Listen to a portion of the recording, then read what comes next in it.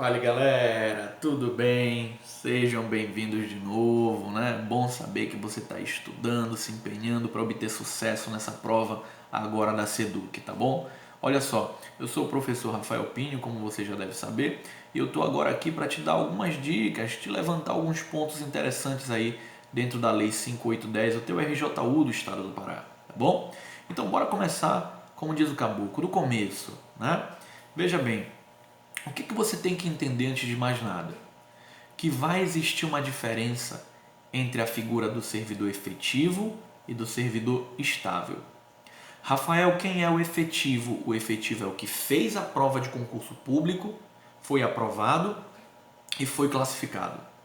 Rafael, quem é o estável? O estável é o que fez a prova de concurso público, foi aprovado, foi classificado, passou 3 anos, presta muita atenção nisso, olha só. 3 anos. Esquece 2 anos. Se te ensinaram 2 anos, te ensinaram errado. 3 anos estágio probatório para adquirir estabilidade. E após ter passado por esse estágio probatório de 3 anos, ele foi considerado apto e adquiriu estabilidade, confirmou a carreira dele. Esse é o estável, ok? Todo efetivo, Rafael, é estável? Não. Mas todo estável é? Muito bem, efetivo, beleza. A segunda diquinha que eu quero te dar aqui é a seguinte: não confunda remuneração com vencimento. Vencimento é o teu base. Vencimento é o teu líquido.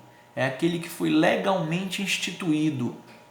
Já a tua remuneração é basicamente o teu base, o teu vencimento, o teu líquido, acrescido de vantagens.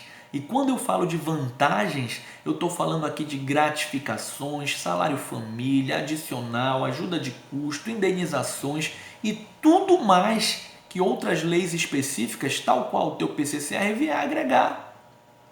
Então, vencimento é o líquido, vantagem é o bruto. Então, partindo do pressuposto de que você compreendeu essa diferença, a gente pode ingressar agora no estudo do nosso RJU. Então, veja bem, a primeira coisa que tu tem que observar no teu RJU é a seguinte: artigo 5º e artigo 58. Artigo 5º vai falar para ti das hipóteses de provimento, são as hipóteses de preenchimento de um cargo. O artigo 58 vai falar para ti do contrário. Ele vai te falar sobre hipóteses de vacância, hipóteses que deixam um cargo vago. Então, o que você tem que saber aí? Presta muita atenção. Cada hipótese de provimento tem uma peculiaridade, tem uma palavra-chave que te poupa do trabalho de ter que estar lendo a lei. Basta tu lembrar da palavra-chave. Por exemplo, quando eu falo para ti da reintegração, o que é a reintegração? A reintegração é o reingresso, presta atenção nessa palavra, é o reingresso do servidor ao quadro funcional por ter sido ele demitido injustamente, ilegalmente. Ele consegue, né, através do judiciário, ele consegue através de um recurso, de uma revisão administrativa, restabelecer o cargo anteriormente ocupado. Beleza? Combinado? Então, reintegração é o reingresso. Professor, readaptação, reversão, o que é? Veja bem, quando a gente fala de readaptação e reversão, você tem que ficar ligado porque as duas possuem o mesmo fato gerador. Qual é, professor? O mesmo fato gerador da readaptação e da reversão.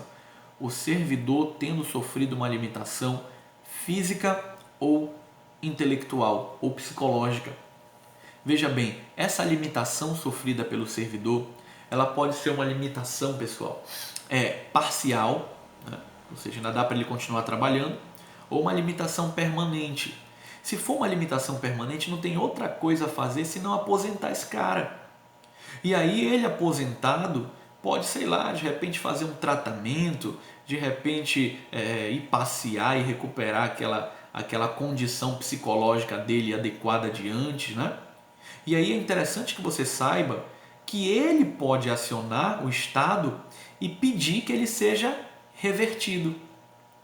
Com relação ao Estado reverter ele de ofício, sem que ele peça, isso também é possível, tá? Então a reversão, basicamente aqui, por favor, tá? Por favor, a reversão é como se fosse, não é? É como se fosse uma desaposentadoria por invalidez. Então ele está aposentado por conta daquela invalidez e ele volta a funcionar, ele retorna para as suas funções, para o seu munus público. Isso é reversão. Professor, e a readaptação? Bom, na readaptação, pessoal, esse servidor ele não parou de trabalhar por conta daquela limitação. Ele sofre sim uma limitação, mas ele ainda pode continuar trabalhando. A diferença é que ele não consegue mais trabalhar, desempenhar aquela atividade de antes. Então o Estado vai pegar esse indivíduo, vai colocar ele em outro cargo mais compatível com as atribuições que ele desempenha e que tenha, claro, um respeito à habilitação daquele professor, um respeito com relação à habilitação daquele especialista em educação. E aí, nesse caso, ele é colocado em outro cargo, então a readaptação aí é uma forma de provimento, é essa palavra que ele vai usar para ti, ele não vai usar a palavra nem reingresso, nem retorno, ok? Mais compatível em outro cargo que seja, como eu já disse, compatível, né, com a limitação que aquele servidor sofreu. É importante que tu saiba que a readaptação ela não vai acarretar nem aumento, nem baixa de remuneração, ok? E aí eu vou falar de outras situações, como por exemplo a nomeação que só pode ocorrer em cargo efetivo ou em cargo comissionado, né? Se for uma função gratificada, por exemplo, ele não vai falar aqui para ti de nomeação em função gratificada, né? Ele vai falar que a função gratificada aí é de livre designação e livre destituição, na verdade. Ele vai falar para ti da promoção, artigo 35. Prestar atenção nessas regras do artigo 35, que são completamente diferentes, principalmente com relação a prazo e formas de alternância da promoção, que é diferente do que a gente viu lá no PCCR, na verdade. Então prestar atenção nessas regrinhas básicas aí, beleza? Agora sim, presta muita atenção no que? Existem 3 hipóteses que são tanto de provimento quanto de vacância. Como assim, professor? Eu estou te falando que existem 3 situações que vão estar tanto no artigo 5º quanto no artigo 58. Quais são elas, Rafael? Promoção, transferência e readaptação, pessoal, tá? Então, tanto na readaptação quanto na tua transferência, na tua promoção, você está diante aí de hipóteses que são de provimento e que são de vacância, beleza? Presta muita atenção nisso daí. Galera, o próximo ponto dentro do teu RJU que eu quero que tu preste atenção aí, ele basicamente vai consistir com relação ali às hipóteses que esse indivíduo ele vai ter contabilizado a favor dele o efetivo exercício. Isso quer dizer o quê? Quer dizer que esse servidor, mesmo sem trabalhar, porque ele está licenciado, ele está afastado, ele vai ter a favor dele contado o efetivo exercício, ou seja, um prazo como se ele estivesse desempenhando suas atividades normalmente. Essa regrinha que eu estou te falando ele é muito importante, ela está no teu artigo 7.2. Então, Rafael, quais são as situações que o servidor não vai estar trabalhando, mas vão ser contadas a favor dele como de efetivo exercício? Ele vai falar para ti de férias, ele vai falar para ti de falecimento. Agora, falecimento de pessoas próximas, parentes próximos de você, tá? Pai, mãe, cônjuge, filho, irmão, vó, não entra, tá? Tio, tia, não entra. Então presta muita atenção nisso daí.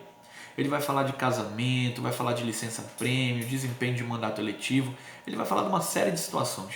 Dá uma lida no artigo 72, isso é muito importante, ok? Daí, meu colega, você tem que dar uma lida também na parte que vai falar sobre licenças para vocês.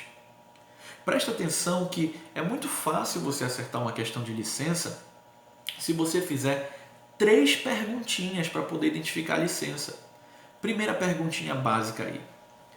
Para o indivíduo gozar daquela licença, ele precisa ou não ser estável? Segunda, aquela licença vai ter um prazo máximo de quanto tempo? Terceira, ela vai ser ou não vai ser remunerada? Presta atenção aí no material que eu te mandei, que tu vais ver que eu coloco até uma 4ª pergunta para ti. Aquela licença será ou ela poderá ser concedida? Então, presta atenção. Se tu não tiver esse material que eu acabei de mencionar aqui, você pode dar uma olhadinha lá no artigo 77 do seu RJU que fala sobre licenças, ok? Dá uma olhadinha lá, procura ver se em cada dispositivo ele vai usar a palavra será ou poderá, ou se ele vai dizer que o indivíduo precisa ser estável, e aí você começa a montar seu próprio esqueminha aí na mão, beleza? Olha só, passando dessa parte de licenças, pessoal, você já entra na parte de penalidades. E aí é muito interessante você estudar penalidades lá no artigo 183, porque presta muita atenção, ele vai te dizer que são penalidades. Ele vai falar para você da repreensão, da suspensão, da demissão, da cassação de aposentadoria ou disponibilidade e da destituição. Mas daqui a pouquinho eu continuo falando para ti de penalidade. Aguarde e assiste o próximo vídeo aí. Grande abraço.